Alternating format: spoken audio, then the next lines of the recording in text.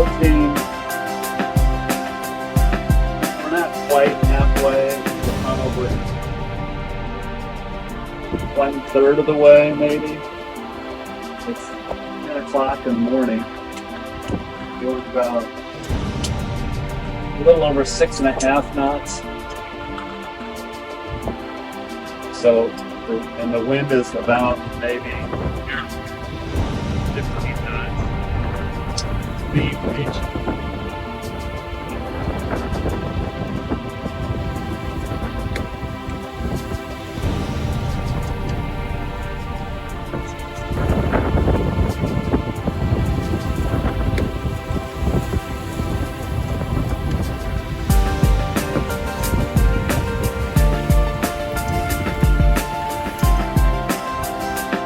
We're up to.